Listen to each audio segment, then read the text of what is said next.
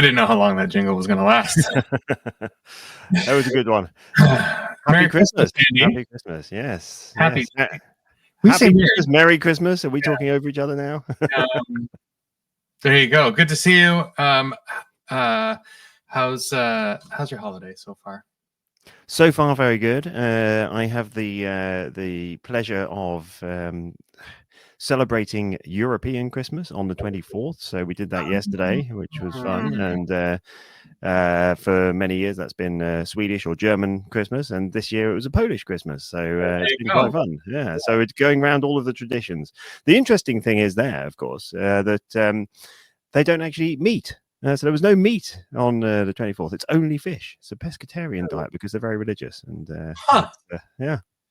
So fish only, no meat on the 24th. So I'm making up for it today. Very good. So if you see me sweating, you know why.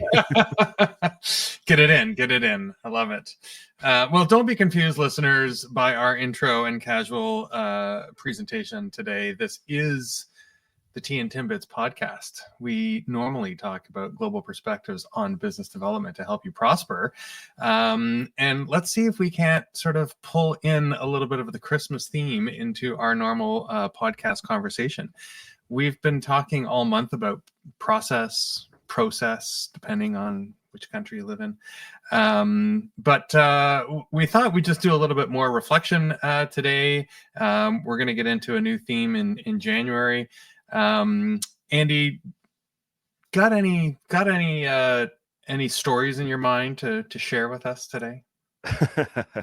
I was worried that you would ask, but I have no business related stories. I was trying to think of one that was Christmas relevant, but I think what we can do is use this episode to focus a little bit more on that crossover between traditions at home, traditions in different countries, and how those cultural challenges sometimes can spill over into business as well, so that we keep it slightly on topic. I like it.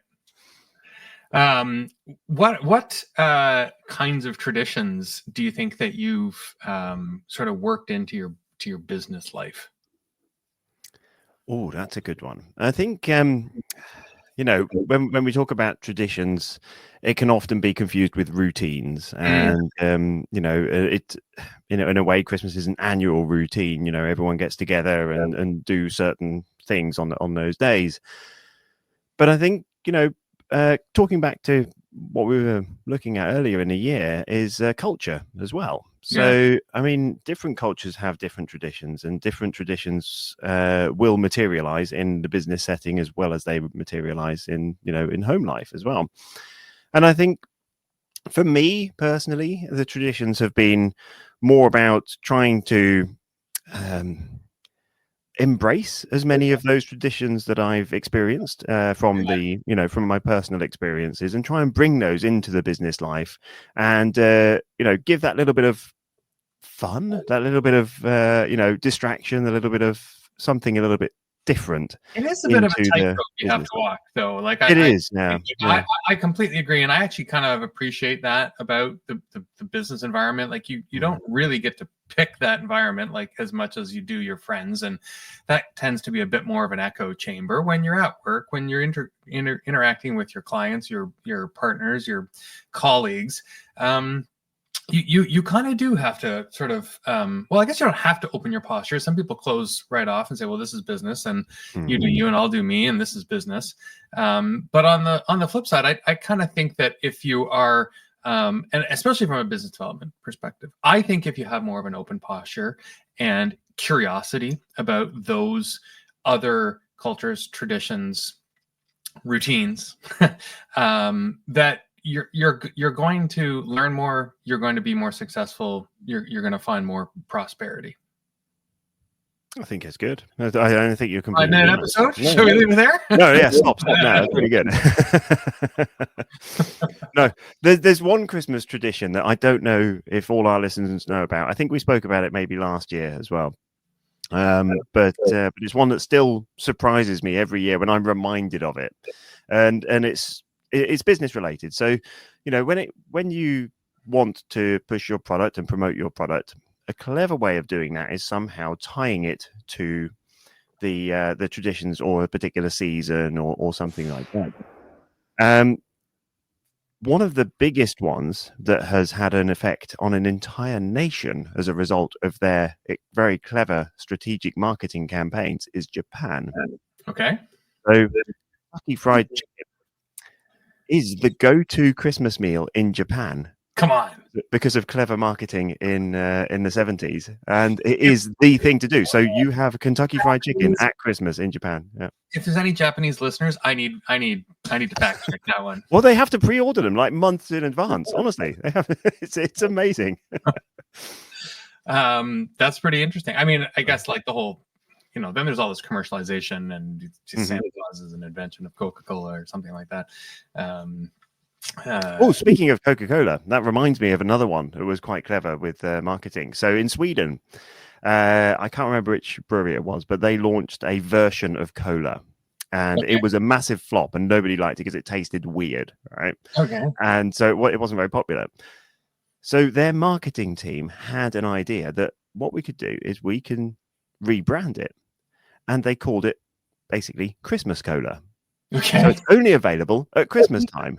And now everyone drinks this Christmas cola. But then they thought, hang on, that's very restrictive for us. So what we'll do is we'll take it off the shelves in January, and then we'll relabel it, just exactly the same drink, but we'll relabel it as Easter Cola for the Easter period. And so they now sell it only twice a year. This horrible cola that now as people obviously like because they've got familiar with it, and it's become a bit of a tradition for that time of year. But stuff that was actually rejected by the public when it was released originally. Is it a soft drink or is it a soft drink? Yeah, soft drink. Yeah. You're gonna have to send me some. I'm gonna have to try it. I'll make sure I do that. Well, I do think the traditions can be a very effective sort of corporate tool, and it gives a little bit more character to your organization that helps endear you more to your staff and your clients and whatnot. And they don't need to be expressed at Christmas time, at the holiday time. But as we started the conversation here, that's sort of where my head went, is like, we've never really thought about what is sort of the unique routine that we could put a little bit more formality and purpose behind, because perhaps it's happened just inconsequentially, naturally, organically, but has in fact become a bit of a tradition. And then people kind of come to expect it, and it helps you feel a little bit more familiar with the environment and the routine and the rest of sort of your business environment. It's got me thinking a lot about just at the moment about sort of some of those regular seasonal parties, gathering, whatnot. So those are traditions in a way, aren't they? Because people do those. You don't have a Christmas party, in June, right? You have the corporate parties typically at the seasonal times or things like that. Please continue. Sorry for interrupting. No. I realized you were in the middle of a flow there. Well, it's good. You're just validating what I was saying. But then what got me thinking is a lot of times we don't have. Okay, so story time here. So my wife was entertaining some clients, and quite a few different sort of events as the season, as is the tradition of the season here. And she got to take out a client that has a corporate policy of like no expenses. So they were like, whoa, wait, what? Like we can do this? And so off they went, and they had a wonderful evening. And I think that and they've done it a few times, right? So same client for a few years, and that's just a little thing that is now a personal tradition. And it's business related, and her business enables her to to do that, and expenses are allowed, and relationships are important, and yet it's not like just an all company thing. So, not everybody has that flexibility, but I don't think it needs to be because you have an expense account. I think you can do little moments of recognition or inclusion or curiosity, and you can practice that if you're a leader with your team, if you're an individual contributor with your clients, with your prospects, or otherwise, with your colleagues. What is it that kind of people get to know you for? And that's something sincere, not just a gimmick and whatnot, but I think that's worth reflecting on and thinking about at this time of year.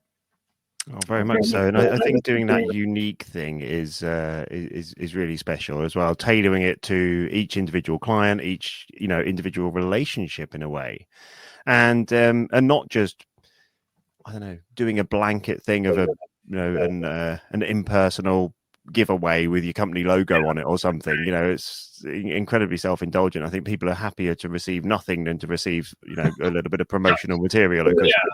Yeah.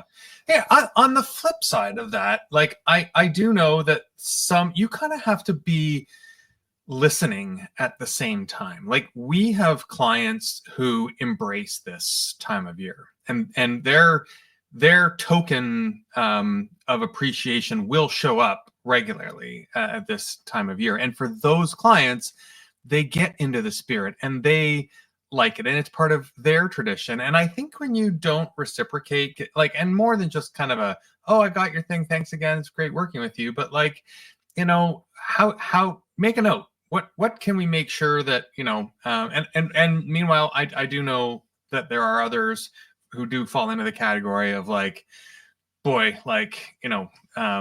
can't wait to get out of the corporate space right now because work is over there, and I'm going to do my traditions at home. So I think it's also about sort of listening and being a little bit more attentive and intentional about everybody's own, as we said, cultures and traditions. Yeah, that's right. And I think the as we say, when you're making a proposal to a customer, you can have a sort of standard, but it's very important to personalize as well, and this time of year especially. Yeah, I think people really value that. Are there any other sort of annual company traditions that maybe you have? I mean, other than a Christmas party or maybe a holiday bonus or something, is there anything that you do at your company? Well, we actually, our big celebration is on the anniversary of the company, and we've done that forever. Because we have a very diverse staff, and they all have their own cultural celebrations and moments throughout the year. And our corporate anniversary is in the middle of March, and there's nothing there that conflicts with anybody else's. I'm sure somebody can come up with something, but so we always get to that date in March and then go, we need to have our company party or dinner or whatever, and then it's usually about September by the time we get it all organized. So there's no real consistency to when it falls, and then as the team gets bigger, then we try very hard to find a date that works for everybody, and we want everybody's partners and spouses and whatnot to join us as well, and then it just gets a little trickier. So but we try hard, and that's often why sort of the date keeps getting shifted. But that is kind of our main tradition, if you will. Have you seen anything that comes to mind in your travels, in your business travels? One of the things, of course, is companies who embrace this Christmas jumper tradition. I don't know if you have that in Canada. Is that a big thing? I just had a picture of some of my professional network in Christmas jumpers, and yeah. So some of the companies I've been with, like big corporates, they embrace this Christmas jumper thing, and so for the entire month of December, the staff will typically wear, I mean, even if they still have to wear a shirt and tie, and so it still looks a bit weird, but they wear these jokey jumpers, Christmassy jumpers, that really over the top things. Some of them are quite nice and tailored and stylish, and some of them are just really ridiculous and silly. But they're Christmassy, they're fun, and it's just a way of having that Christmas spirit around the office without necessarily creating too much disruption. I think I need a definition of, from the Brit. What is a jumper? Oh, okay.